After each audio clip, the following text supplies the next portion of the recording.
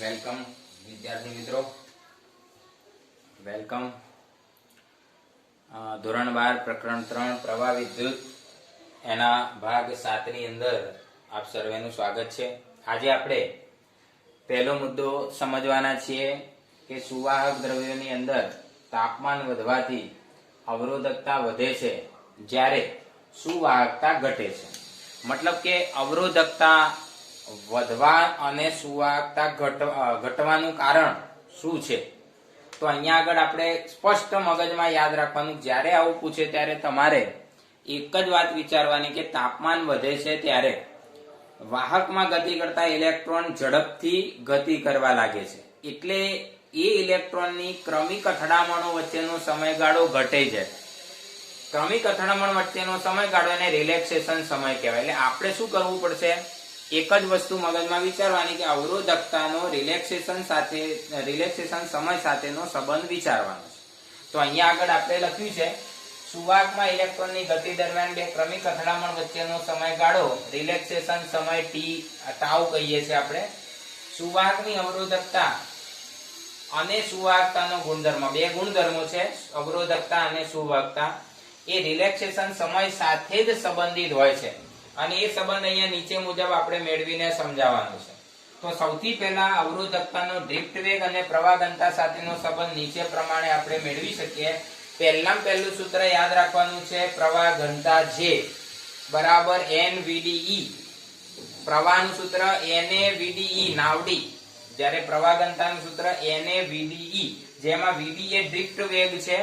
Drift વેગની કિંમત E એટલે કે ઇલેક્ટ્રોનનો વિદ્યુતભાર E અને વિદ્યુત ક્ષેત્ર કેપિટલ E અપોન M એટલે કે બળ ભાગ્યા દળ ગુણ્યા સમય, એટલે આ શું કહેવાય? પ્રવેગ કહેવાય. પ્રવેગ ગુણ્યા સમય એટલે વેગ. એવી રીતે યાદ રાખવાનું નોર્મલી, પ્રવેગ ગુણ્યા સમય બરાબર વેગ. તો પ્રવેગ એટલે શું? ઉપર બળ, નીચે દળ. તો આ ડિફરન્સની કિંમત અહીં મૂકી, પરિણામ 1 આવી ગયું. હવે ઓહમના નિયમનું સદિશ સ્વરૂપ આપણને ખબર હોવી જોઈએ મિત્રો, અને એ છે E બરાબર J into ρ. આ ઓહમના નિયમનું સદિશ સ્વરૂપ છે E બરાબર J ρ. E બરાબર J ρ. એમાંથી J ને કરતા બનાવીએ તો J બરાબર આપણને E upon ρ મળશે, પરિણામ 2. આ પરિણામ 1 અને પરિણામ 2 ને સરખાવી દેવાનું છે. સરખામણી કરો તો આ J ની કિંમત E upon ρ મૂકવાની છે. આ J ની જગ્યાએ પરિણામ 2 મૂકી દેવાનું અને આ જમણી બાજુની કિંમત એમના એમ રાખીએ, પણ n ગુણ્યા નાનો e અને નાનો e ગુણાકાર થશે એટલે n square E into tau upon m એવું લખાય. એટલે તમને એમ ના થવું જોઈએ કે આ પરિણામ 1 માં આવું નથી, ક્યાંથી આવ્યું? E ગુણ્યા e એટલે e સ્ક્વેર ડાયરેક્ટ લખ્યો છે. હવે ડાબી બાજુમાં વિદ્યુત ક્ષેત્ર E અને જમણી બાજુમાં વિદ્યુત ક્ષેત્ર E કેન્સલ કરી દઈએ અને આ જે સ્ટેટમેન્ટ મળે છે એમાં વ્યસ્ત કરી દઈએ, એટલે કે ρ ઉપર આવી જાય એવી રીતે m પણ અંશમાં આવી જાય. તો ρ બરાબર m upon n square into tau, પરિણામ 3. આ પરિણામ જે 3 મળ્યું છે એની અંદર m એટલે ઇલેક્ટ્રોનનું દળ જે અચળ જ હોય, n એટલે સંખ્યા ઘનતા, એ પણ સુવાહકના એકમ કદ દીઠ સંખ્યા ઘનતા એ અચળ જ હોય, અને E એટલે વિદ્યુતભાર જે છે એ પણ અચળ જ હોય. તો આ 3 પદ અચળ છે, તો વધ્યું શું? ખાલી સમય ટાઉ. તો ρ ચલે છે 1 upon tau. ρ એટલે શું? વિદ્યુત પ્રવાહ ઘનતા. એ રિલેક્સેશન સમયના વ્યસ્ત પ્રમાણમાં છે. અને વાહકતા વિશે જાણો છો તમે કે અવરોધકતાનું વ્યસ્ત એટલે વાહકતા, એટલે વાહકતા એ સમપ્રમાણમાં થશે. તાપમાન વધવાથી રિલેક્સેશન સમય ઘટે છે મિત્રો, આ યાદ રાખવાનું. કેમ? કારણ કે ઇલેક્ટ્રોન ઝડપથી ગતિ કરે, વાઇબ્રેટ વધુ થાય. તાપમાન વધે એમ શું થાય? ઇલેક્ટ્રોન વધુ વાઇબ્રેટ થાય, ઝડપથી ગતિ કરે એટલે સમય ઘટે, કારણ કે ઇલેક્ટ્રોનની અથડામણો ઝડપી બને છે. આથી આ જે પરિણામ આપણને મળ્યું છે રિલેક્સેશન સમયના વ્યસ્ત પ્રમાણમાં અવરોધકતા, એટલે જો સમય ઘટે તો અવરોધકતા વધી જાય, વ્યસ્ત પ્રમાણ એવું કહે છે, અને સમય ઘટે તો સુવાહકતા ઘટી જાય. તો અહીંયા આગળ આપણે આ બે પરિણામો એવું સમજાવે છે કે તાપમાન વધવાથી રિલેક્સેશન સમયગાળામાં ઘટાડો થાય છે, જેને કારણે અવરોધકતા વધે છે અને સુવાહકતા ઘટે છે. આ માત્ર સુવાહક માટેના જ નિયમો, આપણે સુવાહક માટે જ આ નિયમ લાગુ કરવાનો. જો અર્ધવાહક હોય મિત્રો તો અર્ધવાહકની વાત આપણે સેમી ઇલેક્ટ્રોનિક્સ અને રચનાઓની અંદર આપણે ભણીશું. એમાં આવશે કે અર્ધવાહક રચના હોય તો એમાં તાપમાન વધે તો આ પરિણામ ત્યાં લાગુ કરવાનું નથી. કેમ નથી કરવાનું? કારણ કે અર્ધવાહક રચનામાં તાપમાન વધે એમ મુક્ત ઇલેક્ટ્રોન અને હોલ બે વિદ્યુતભાર વાહકોની સંખ્યા વધે છે અને સ્વાભાવિક રીતે ઇલેક્ટ્રોનની સંખ્યા વધે. શું વધે? ઇલેક્ટ્રોનની સંખ્યા વધે. તો અહીંયા આગળ જે આ પદ જોઈએ છે આપણે સંખ્યા ઘનતા જે છે એ પ્રમાણે ઇલેક્ટ્રોનની સંખ્યા વધે તો પ્રવાહનું પ્રમાણ પણ વધે છે. એ આપણે અર્ધવાહકો વાળા પાઠમાં જોવાનું છે. એકવાર નજર તમે મારી લો. આ સંબંધ મહત્વનો છે, રિલેક્સેશન સમય સાથેનો સંબંધ.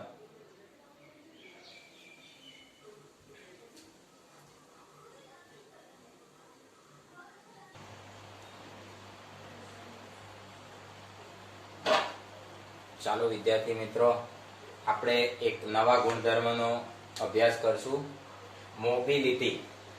તો આપણે મોબાઈલ શબ્દથી બહુ પરિચિત છે. મોબાઈલ વાન, મોબાઈલ ફોન, આ બધા શબ્દોથી આપણે પરિચિત છીએ જ. તો મોબાઈલનો મતલબ થાય છે હરતું ફરતું, હરી શકે, ફરી શકે, એક જગ્યાએથી બીજી જગ્યાએ પોતાની રીતે સ્વતંત્ર રીતે જઈ શકે, એને મોબાઈલ કહીએ છીએ. મોબાઈલ ફોન એટલે આપણી જોડે ગમે ત્યાં હરી ફરી શકે એવો ફોન. એવી રીતે મોબિલિટી એ હરતા ફરતા રહેવાનો ગુણધર્મ છે. મોબિલિટી એ ગુણધર્મ છે. કોનો? તો વિદ્યુતભાર વાહકોનો. જેને કારણે વિદ્યુત પ્રવાહ રચાતો હોય છે તેવા વિદ્યુતભાર વાહકોનો ગુણધર્મ એટલે મોબિલિટી. તો અહીંયા આગળ આપણે 3 પ્રકારના પદાર્થોનો વિચાર કરવો પડે. સૌથી પહેલો સુવાહક પદાર્થ એટલે કે ધાતુઓ. લોખંડ, એલ્યુમિનિયમ, તાંબુ, ચાંદી, સોનું વગેરે ધાતુઓ. તો એની અંદર વિદ્યુતભાર વાહક એટલે કે વિદ્યુત પ્રવાહનું નિર્માણ કરનારો ઘટક એ ઇલેક્ટ્રોન જ હોય છે.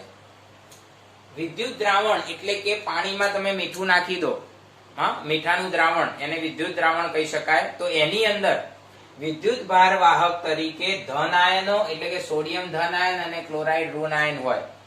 H2SO4 લઈએ તો એમાં પણ ધન H+ એ ધન આયન અને SO4- 2 એ ઋણ આયન હોય. આ બધું કેમિસ્ટ્રીમાં તમે ભણો છો. અર્ધવાહક પદાર્થો હોય તો વિદ્યુતભાર વાહક તરીકે મુક્ત ઇલેક્ટ્રોન મિત્રો અને હોલ બંને હોય છે. તો આના વિશે આપણે આગળ જ્યારે સેમિકન્ડક્ટર રચનાઓ ભણીશું, અર્ધવાહક રચનાઓ, ત્યારે આપણને એમાં વધારે ખ્યાલ આવશે. હવે આપણે તો આ પાઠની અંદર સુવાહકોની જ વાત કરવાની છે, બરોબર? એટલે અહીંયા આગળ જે વ્યાખ્યા લખી છે સુવાહકના સંદર્ભે જ લખેલી છે. ખ્યાલ આવી ગયો?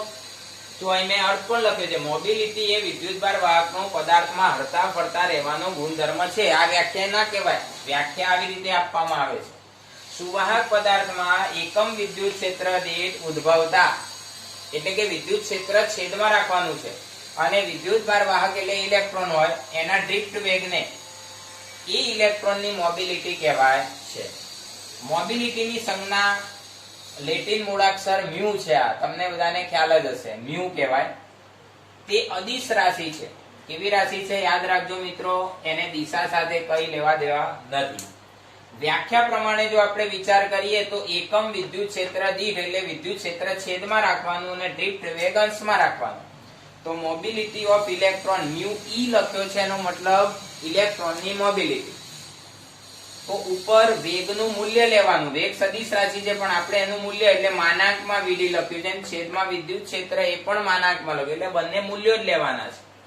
તો આ રીતે પણ લખી શકાય, VD/E. સદિશ રાશિ લેવાની જરૂર નથી. મોબિલિટીનો SI એકમ તો આપણે આ સૂત્ર પરથી જ મેળવી શકીએ. તમારે આ સૂત્ર મેઇન છે. આના પરથી તમને વ્યાખ્યા આવડે, આના પરથી એકમ, આના પરથી પારિમાણિક સૂત્ર બધું જ આવડે. તો વેગનો એકમ અને છેદમાં વિદ્યુત ક્ષેત્રનો એકમ. તો વેગનો એકમ છે મીટર પ્રતિ સેકન્ડ અને વિદ્યુત ક્ષેત્રનો એકમ તમે પહેલા પાઠમાં ભણ્યા હશો, વોલ્ટ પ્રતિ મીટર અથવા ન્યૂટન પ્રતિ કુલમ પણ લેવાય છે, પણ આપણે અહીંયા વોલ્ટ પ્રતિ મીટર લખીએ. હવે આ મીટરની -1 છે એને ઉપર લઈ લઈએ તો +1 થાય, એટલે મીટરની -1 આ મીટરની +1 માં મિક્સ થઈ જાય તો મીટરની 2 થઈ જાય, મીટરની 2 મીટર સ્ક્વેર. વોલ્ટ છેદમાં છે અને અંશમાં લઈ દઈએ તો -1 થાય અને સેકન્ડની -1 તો છે, તો તો આ એનો એક મુખ્ય એકમ થયો મીટર સ્ક્વેર પ્રતિ વોલ્ટ પ્રતિ સેકન્ડ. બીજા એકમો પણ છે. મેં તમને કીધું એમ કે આ વોલ્ટ પ્રતિ મીટરની બદલે ન્યૂટન પ્રતિ કુલમ અથવા ન્યૂટન ઇન્ટુ એમ્પિયર સેકન્ડ એવું મૂકીએ તો આપણને આવો એકમ પણ મળે, એમ્પિયર મીટર પ્રતિ ન્યૂટન. બીજો પણ એકમ મળે, જો બળની જગ્યાએ તમે કાર્ય આધારિત વિચાર કરો તો આ પણ એકમ મળે, અને અવરોધ આધારિત આ પણ. આ બધા એ તારવી શકાય, ગોખવાના નથી, આ જ રીતે તારવી શકાય. હવે વાત કરીએ મોબિલિટીનું પારિમાણિક સૂત્ર. મિત્રો બહુ જ અગત્યની વાત છે આ મોબિલિટીનું પારિમાણિક સૂત્ર. બરોબર, તો મોબિલિટીનું પારિમાણિક સૂત્ર, તો આ સૂત્ર પ્રમાણે જુઓ, ઉપર વેગનું પારિમાણિક સૂત્ર, છેદમાં વિદ્યુત ક્ષેત્રનું પારિમાણિક સૂત્ર. તો વેગનું પારિમાણિક સૂત્ર બધા તમને જાણો છો, m0L1t-1, અને છેદમાં વિદ્યુત ક્ષેત્રનું પારિમાણિક સૂત્ર જો આપણને મોઢે ના આવડતું હોય તો આપણે બ્રેક મારવાનું. હંમેશા યાદ રાખવાનું કે કોઈ પણ રાશિનું પારિમાણિક સૂત્ર તમારે મેળવવું હોય તો એ રાશિનો બળ અથવા કાર્ય સાથેનો સંબંધ તમે યાદ રાખો. તમને ગમે તેવી રાશિનું પારિમાણિક સૂત્ર આવડી જશે. મિત્રો શું કરવાનું છે, આ સબ દુઃખો કી એક દવા, બળ અને કાર્ય સાથેનો સંબંધ યાદ કરવાનો. તો આપણે અહીંયા આગળ વિદ્યુત ક્ષેત્રનું પારિમાણિક સૂત્ર આવડતું નથી માની લો, તો આપણે એનો બળ સાથેનો સંબંધ યાદ રાખવો જ પડે. તો F બરાબર E ઇન્ટુ Q પહેલા પાઠમાં આવે છે, બળ બરાબર વિદ્યુત ક્ષેત્ર ગુણ્યા વિદ્યુતભાર, F બરાબર EQ. તો E બરાબર F upon Q થશે. અહીં લખ્યું છે F upon Q. તો અંશમાં બળનું પારિમાણિક સૂત્ર છેદમાં વિદ્યુતભારનું પારિમાણિક સૂત્ર. વિદ્યુતભારનું પારિમાણિક સૂત્ર હંમેશા માટે મિત્રો A1T1 જ છે. એ ફિક્સ જ વસ્તુ યાદ રાખવાની, કારણ કે એનો ઉપયોગ તમારે બહુ આવશે. તો આ પ્રમાણે વિદ્યુત ક્ષેત્રનું પારિમાણિક સૂત્ર થાય, જે અહીંયા છેદમાં મૂક્યું છે, જુઓ તમારી સામે મેં આ રીતે. હવે છેદનો છેદ એટલે કે A1T1 એ અંશમાં લખી શકો આ રીતે. તો આ પદ જે છે m0L1t-1 છેદમાં વિદ્યુત ક્ષેત્રનું પારિમાણિક સૂત્ર છે. આ વિદ્યુત ક્ષેત્રના પારિમાણિક સૂત્રની અંદરથી છેદનો છેદ અંશમાં લખીએ એટલે આવું થાય. હવે L ની 1 ઘાત અંશમાં છે ને L ની 1 ઘાત છેદમાં છે, કેન્સલ થાય. T ની -1 ઘાત અંશમાં છે, T ની +1 ઘાત અંશમાં છે, એટલે આ પણ કેન્સલ થાય.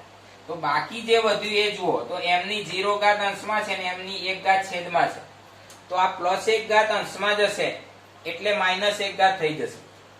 સીધી જ વાત છે. T ની -2 ઘાત છેદમાં છે, અંશમાં જશે તો +2 ઘાત થશે, અને A ની +1 ઘાત અંશમાં છે એટલે તો એના એ જ રહેશે. તો આ પ્રમાણે એનું પારિમાણિક સૂત્ર તમને મળ્યું. શું મળ્યું? M-1T2A1. આને બીજી રીતે તમારે લખવું હોય, આખી વ્યવસ્થિત રીતે લખવું હોય તો આમ પણ લખાય, M-1L0T2A1. હવે ઘણા સાહેબો ફોન નંબર ને એવું બધું મોઢે કરાવતા હોય છે, તો એ બધું ક્યારેય એ ટેકનિકો અપનાવી નહીં મિત્રો. એ સાહેબો ભલે ગમે એટલું કે એ ગોખણ પટ્ટીની વાત છે. પોપટને સીતારામ બોલતા શીખવાડો પણ એને સીતારામ કોણ છે એની ખબર ના હોય, એવું તમારી સાથે પણ થાય. એટલે ગોખવાનું નહીં મિત્રો, આ રીતે સમજીને જ કોઈ પણ પારિમાણિક સૂત્ર તારવતા શીખવાનું. પારિમાણિક સૂત્ર તારવવા માટે એ રાશિની માહિતી આપણને પૂરેપૂરી હોવી જોઈએ. જેમ કે મોબિલિટીની વાત કરીએ છીએ તો મોબિલિટીની વ્યાખ્યા આવડવી જોઈએ, તો આવડી જાય, કોઈ પ્રશ્ન જ નથી થતો એમાં. તો આપણે પ્રયત્ન એ કરવાનો કે રાશિની વ્યાખ્યા અથવા સૂત્ર યાદ રાખવાનો પ્રયત્ન કરવાનો, તો તમને પારિમાણિક સૂત્ર 100% આવડશે. 11મા ધોરણમાં પણ તમે ભણેલા છો. તો એકવાર તમે નજર મારી લો. અહીંયા આગળ ઇલેક્ટ્રોનની મોબિલિટી સમજાવી છે, પરંતુ અર્ધવાહકની વાત આવે તો એમાં હોલની પણ મોબિલિટી આવશે, કારણ કે એમાં વિદ્યુતભાર વાત કરી કે હોલ પણ હોય છે. અહીંયા આગળ આપણે સુવાહકની જ વાત કરી છે, એટલે આ મોબિલિટીની જે પણ વાત છે સુવાહકો માટે છે. ખ્યાલ આવી ગયો? તો એકવાર નજર મારી લેશો, આપણે પછી આગળનો મુદ્દો જોઈએ.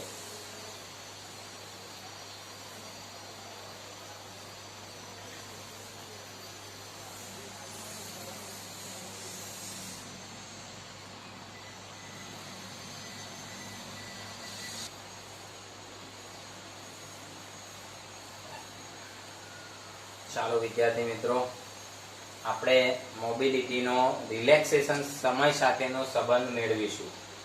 તો મોબિલિટીનો રિલેક્સેશન સમય સાથેનો સંબંધ મેળવવા માટે આપણે શું વિચારવાનું? તો સૌથી પહેલા મોબિલિટીની વ્યાખ્યા એટલે કે સૂત્ર. અહીંયા આગળ તમને મોબિલિટીનું એક સૂત્ર બતાવેલું છે. શું લખેલું છે સૂત્રની અંદર? હમણાં જ આપણે જોયું એમ mu બરાબર vd/e આ એનું સૂત્ર છે.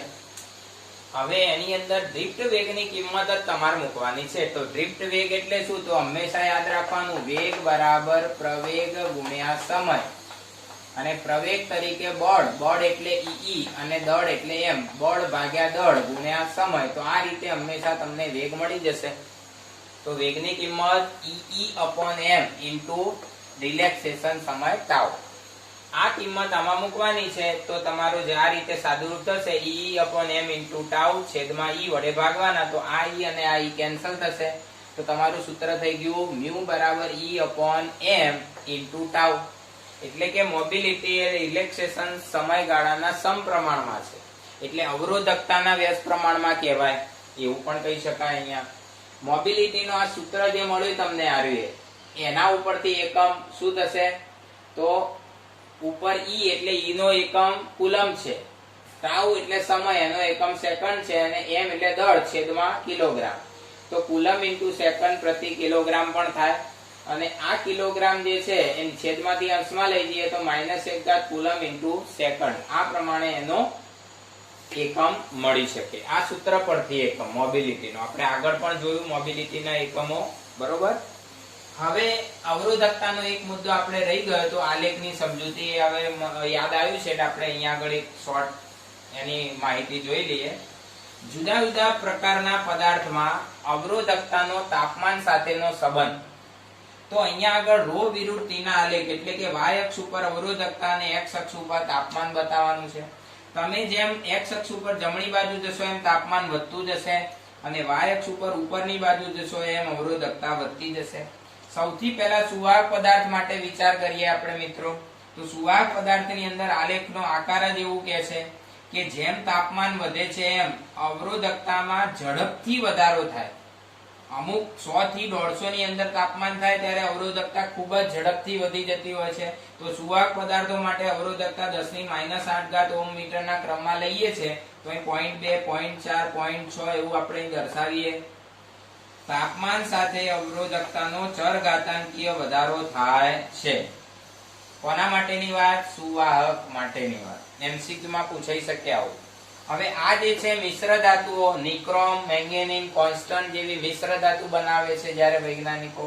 તો એનું કારણ એ છે કે આવી મિશ્ર ધાતુમાં તાપમાન જુઓ તમે 200, 400, 600 એટલે ખૂબ વધારો મોટો છે. તાપમાનમાં મોટો ફેરફાર થાય છે. પણ આ ગ્રાફ જે છે એ 1.1 અને 1. એની આજુબાજુમાં કિંમતો બતાવે છે. એટલે કે ગ્રાફ જે છે લગભગ અચળ મૂલ્ય બતાવે છે. બહુ જાજો ફરક પડતો નથી હોતો. એટલે મિશ્ર ધાતુમાં તાપમાન વધવાથી અવરોધકતા અચળ જ રહેતી હોય છે. અને અર્ધવાહક પદાર્થોની વાત કરીએ તો એનો ગ્રાફ જે છે આમ નીચે ઉતરતો હોય. એનો મતલબ કે જ્યારે તાપમાન નીચું હોય છે, ઓછું તાપમાન હોય ત્યારે અવરોધકતા મેક્સિમમ હોય. તાપમાનમાં વધારો થતો જાય જેમ જેમ એમ અવરોધકતાનો ગ્રાફ નીચે આવે છે. એનો મતલબ અવરોધકતા ઘટે છે. તો અર્ધવાહક પદાર્થોમાં તાપમાન વધવાથી અવરોધકતામાં ઘટાડો થાય છે. તો આ ગ્રાફ યાદ રાખજો MCQ માટે. બીજું તો કઈ આમાં થિયરિટિકલ પૂછી શકે નહીં. તો આ એક વખત આપણે નજર મારી લઈશું. આ MCQ માટેની વિગતો કહી શકાય, બરોબર. તો ધ્યાનથી જોઈ લો.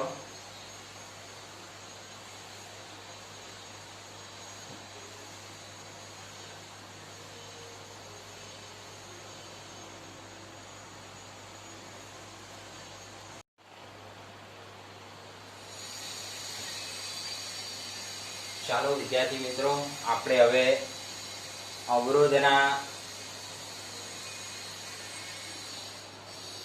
અવરોધની મર્યાદાઓ એની આપણે ચર્ચા કરવાની છે. પણ એના માટે આપણે સૌથી પહેલા યાદ કરીએ સુવાહક પદાર્થો માટે ઓહમનો નિયમ. અવરોધ માટે ઓહમનો નિયમ સુવાહક પદાર્થમાં આવો હોય છે: V ચલે છે I, એટલે કે V બરાબર IR, એમાંથી R બરાબર V/I આવું સૂત્ર મળે છે. તો આ પદાર્થો જે છે સુવાહક પદાર્થો, એની અંદર સુવાહક પદાર્થોમાં V અને આઈ એનો આલેખ જો તમે દોરો તો એ હંમેશા સુરેખ મળે છે અને એનો ઢાળ અચળ હોય છે. તો આ સંબંધ જે છે એ સમપ્રમાણનો સંબંધ કહેવાય. પણ ઓહમના નિયમને પાલન ન કરતી એવી કેટલી રચનાઓ કુદરતમાંથી પણ મળી આવે છે. તો કેટલાક પદાર્થ ઓહમના નિયમને અનુસરતા નથી. આવા પદાર્થને નોન ઓહમિક રચનાઓ કહેવાય. શું કહેવાય? નોન ઓહમિક રચનાઓ કહેવાય. અને આવી રચનાઓ મોટે ભાગે ઇલેક્ટ્રોનિક્સની અંદર વધારે વપરાતી હોય છે. ઉદાહરણ PN junction diode, transistor, LED વગેરે, અને એ અર્ધવાહકમાંથી બનાવવામાં આવે છે. હવે ઓહમના નિયમની મર્યાદાઓ અહીંયા 3 મર્યાદાઓ સમજાવી છે.